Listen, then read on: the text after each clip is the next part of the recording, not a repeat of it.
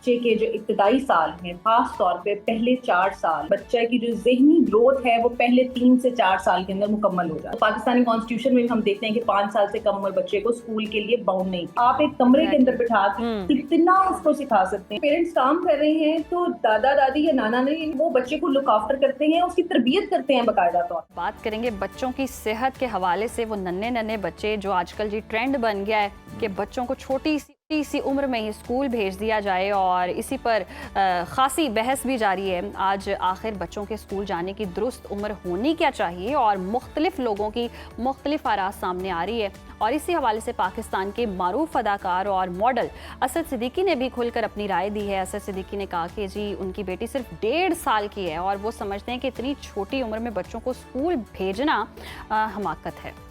और असद सिद्दीकी के मुताबिक 4 या 5 साल की उम्र भी स्कूल के लिए मुनासिब नहीं है, क्योंकि ज़्यादातर स्कूल सिस्टम्स का फोकस तालीम से पहले पैसा कमाने पर होता है। कह तो सच रहे हैं। उनका कहना है कि स्कूल तभी फ़ायदा देते हैं जब बच्चा एक मखसूस ज़हनी उम्र को पहुँच जाए, वरना इब्तदाई सालों में वालिदैन ही बच्चों के सबसे अच्छे उस्ताद होते हैं। उन्होंने फिनलैंड की मिसाल कोट की और ये बताया कि वहाँ 7 साल से पहले स्कूल जाने की इजाज़त ही नहीं है और यही उम्र बच्चों के लिए साइंसी तौर पर ज़्यादा मुनासिब समझी जाती है। इस्लामी तालीमात में भी यही जोर दिया गया है कि छोटे बच्चों को वालिदैन के करीब रखकर खुद तरबियत दी जाए। जी, इसी पर बात करने के लिए जी हमारे साथ मौजूद हैं चाइल्ड रिहेबिलिटेशन एक्सपर्ट अफ़ाफ मंजूर साहिबा। बहुत शुक्रिया आपके वक्त का। वेलकम टू सुनो पाकिस्तान। सबसे पहले तो ये बताइएगा कि बच्चे के स्कूल जाने की साइंटिफिकली दुरुस्त उम्र आखिर कौन सी है? Thank you very much for having me here and indeed this is very important topic to talk क्योंकि हम आजकल देखते हैं कि सुबह सुबह जब निकलते हैं तो नज़र आता है छोटे छोटे से बच्चे होते हैं, बहुत हैवी बैग्स उठाए हुए हैं या कोई घसीट रहा है साथ में और स्कूल्स की तरफ जा रहे हैं।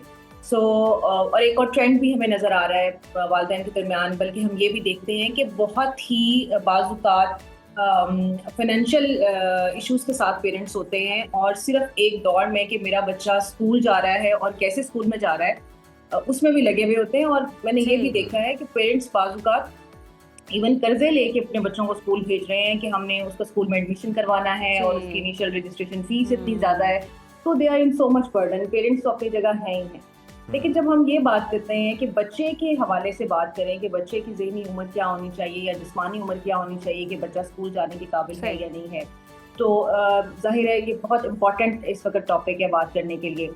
हमारी अगर हम देखें तो ऑलमोस्ट जो पॉपुलेशन का अबाउट 35% है वो यंग किड्स हैं, जो कि 7-8 साल की उम्र के या 10 साल की उम्र के बच्चे हैं। और इनमें से भी बहुत सारे बच्चे ऐसे हैं अबाउट 20-25% जो कि under the age of 5 years हैं। और ये वो तमाम बच्चे हैं जो कि हम ये समझते हैं कि इन्हें बिल्कुल स्कूल जाना चाहिए और शायद स्कूल ही इनकी तरबियत कर सकता है। देखिए, मैं आपको as a child development expert ये बता सकती हूँ कि बच्चे के जो इब्तदाई साल हैं, खास तौर पे पहले 4 साल, जिसमें कि पहले 3 साल तो बहुत ही ज़्यादा इंपॉर्टेंट है क्योंकि हम उसको डेवलपमेंटल पीरियड कहते हैं। डेवलपमेंटल पीरियड का मतलब ये होता है कि बच्चे की जो ज़हनी ग्रोथ है वो पहले 3 से 4 साल के अंदर मुकम्मल हो जाती है। ठीक। जिस्मानी ग्रोथ तो उसकी चलती रहती है ना, जब तक उसकी वक्त का टाइम आता है तब तक वो ग्रो करता रहता है मुख्तलिफ तरीके से। लेकिन जो उसकी ज़हनी उम्र है वो या ज़हनी स्ट्रक्चर है, आप ये कह लीजिए कि जो दिमाग का स्ट्रक्चर है वो मुकम्मल हो जाता है 3 से 4 साल में। तो उस दौरान में जो भी उसकी लॉजिकल थिंकिंग डेवलप होनी होती है, उसके पैटर्न्स ब्रेन के डेवलप होने होते हैं, उसकी कॉग्निटिव डेवलपमेंट है, वो तमाम की तमाम दौर में डेवलप होती है। सही। और हर बच्चे का ये हक है कि उसको सेफ एनवायरनमेंट दिया जाए, उसको हैप्पीनेस के साथ रेस किया जाए, खुशी के साथ रेस किया जाए। अब जब होता ये है कि आप बहुत छोटा सा बच्चा, जैसे कि आजकल हमें स्कूल्स में ट्रेंड नजर आता है और खास तौर पे प्राइवेट स्कूल्स में ट्रेंड नजर आता है जी। अगर आप गवर्नमेंट ऑफ पाकिस्तान की बात करते हैं तो गवर्नमेंट ऑफ पाकिस्तान का जो कॉन्स्टिट्यूशन है वो ये कहता है कि 5 साल की उम्र से लेके 16 साल तक की उम्र में जो बच्चे मौजूद हैं उनका हक है कि वो तालीम हासिल करें जी। तो पाकिस्तानी कॉन्स्टिट्यूशन में हम देखते हैं कि 5 साल से कम उम्र बच्चे को स्कूल के लिए बाउंड नहीं किया। It's very clear. अच्छा, अब ये पेरेंट्स का अपना एक ट्रेंड सेट है कि वो कहते हैं कि हम 5 साल से पहले बच्चे को स्कूल भेज दें तो शायद वो बहुत सारी चीजें सीख ले और वो उसकी अच्छी ग्रूमिंग और अच्छी ग्रोथ होता है। लेकिन जो इब्तदाई तालीम है जिसे आप प्राइमरी एजुकेशन कहते हैं ना, उसका मकसद ये होता है कि आप बच्चे की कैरेक्टर बिल्डिंग करें, उसको वैल्यूज सिखाएं। तो आप ये जरूर सोच लें कि आप जिस स्कूल में उसको भेज रहे हैं या स्कूल का जो एनवायरनमेंट है, या आप उसको ये कह लीजिए कि आप वो सारे एनवायरनमेंट जो कि स्कूल भेजने के लिए उसको आमादा करता है, क्या वो ऐसा है कि बिल्कुल ये सारी चीजें देखने की जरूरत है। आफाफ, हमें ये भी बताइएगा कि हम देखते हैं कि किंडरगार्टन का ट्रेंड है, प्ले ग्रुप है, मतलब हमने तो नर्सरी सुना था, लेकिन ये सब कुछ भी मौजूद है और बहुत छोटे मॉन्टेसरी है, यस, और बहुत छोटे बच्चों को वहाँ पर भेज दिया जाता है। आप समझती हैं कि क्या ये ट्रेंड ठीक है, ये बच्चों की नशोनुमा के लिए पॉजिटिव है, नेगेटिव है, क्या है?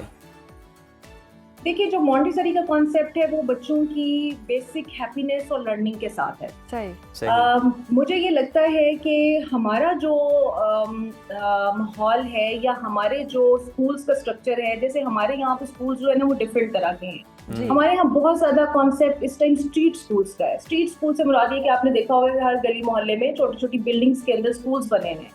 और अगर आप मॉन्टेसरी का कॉन्सेप्ट जो कि मारिया मॉन्टेसरी ने दिया था, उसके मुताबिक बच्चे को play based happiness learning opportunities देने की जरूरत है। अब आप देखेंगे क्या आप एक 5 मरले या 7 मरले के मकान में बना हुआ जो स्कूल है उसके अंदर आप बच्चे को कितनी अपॉर्चुनिटीज दे सकते हैं लर्निंग की। आप ना तो उसको डेमोन्स्ट्रेशन दे सकते हैं, ना आप उसको प्लेग्राउंड में लेके जा सकते हैं, ना आप उसको लाइव एक्सपीरियंसेस करवा सकते हैं। तो आप एक कमरे के अंदर बिठा के कितना उसको सिखा सकते हैं। और अफाफ, जगह के अलावा मसला एक ये भी है कि जो पढ़ाने वाले, जो सिखाने वाले टीचर्स हैं वो कितने वेल ट्रेन्ड हैं और कितने सेल्फलेस और सिंसियर हैं।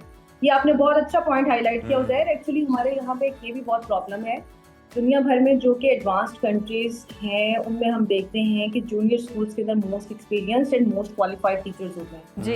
हमारे यहाँ ये भी एक ट्रेंड है कि हमारे जितने छोटे स्कूल्स हैं, जूनियर लेवल्स हैं, वहाँ पे बिल्कुल न्यूली इंडक्टेड टीचर्स जो हैं हायर किए जाते हैं। They are sometimes not well trained और बच्चों को पढ़ाने के लिए सबसे ज्यादा जरूरत होती है ना, पेशेंस की जरूरत होती है। हम ये देखते हैं कि जो स्कूल्स इंटरनेशनली जिनको हम फॉलो करने की कोशिश करते हैं, ग्लोबल ट्रेंड्स के साथ जाने की कोशिश करते हैं, उनमें हम देखते हैं कि वो जो बच्चे हैं उनके जो टीचर्स वहाँ पे मौजूद हैं, they are mostly like in their 40s and 45 over as.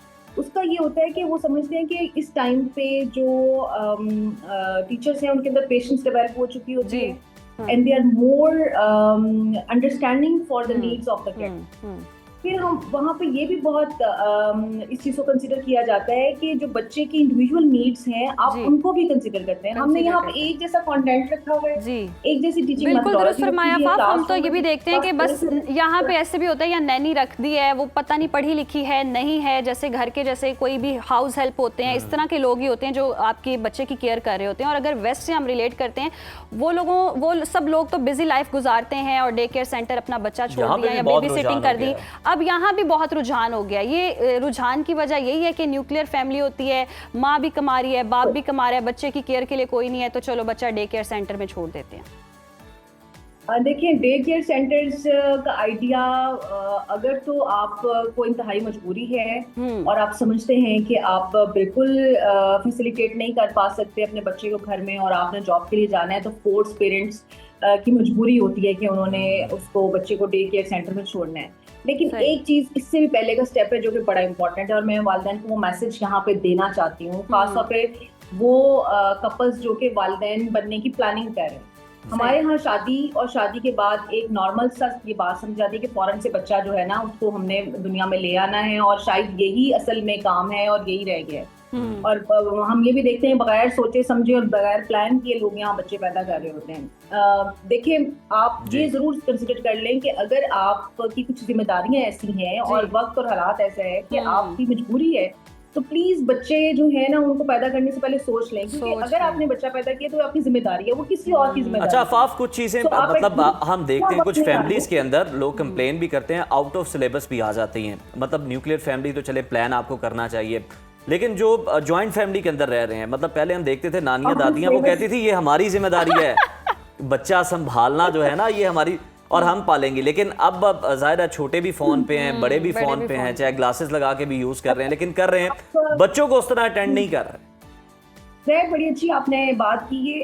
अगर हम जापानीज नेशन को देखते हैं तो उसमें हमें ये बड़ा अच्छा कल्चर नजर आता है। जापानीज का जो फैमिली स्ट्रक्चर है वो बड़ा अच्छा है, बड़ा जबरदस्त है और उसमें उन्होंने ये सिस्टम रखा हुआ है कि जब वालिदैन काम कर रहे होते हैं तो जो दादा दादी या नाना नानी हैं वो ये जिम्मेदारी लेते हैं, जैसे बिल्कुल हमारे भी यहाँ पे फैमिलीज में होती है, तो वो ये जिम्मेदारी लेते हैं कि बच्चा आप उनके पास छोड़। और अगर पेरेंट्स काम कर रहे हैं तो दादा दादी या नाना नानी जो भी ग्रैंड पेरेंट्स हैं वो बच्चे को लुक आफ्टर करते हैं, उसकी तरबियत करते हैं बाकायदा तौर पर, और फिर माँ बाप को भी इस चीज़ की स्पेस देते हैं कि वो अपना वक्त गुजार सकें और वो अपने काम पे जा सकें।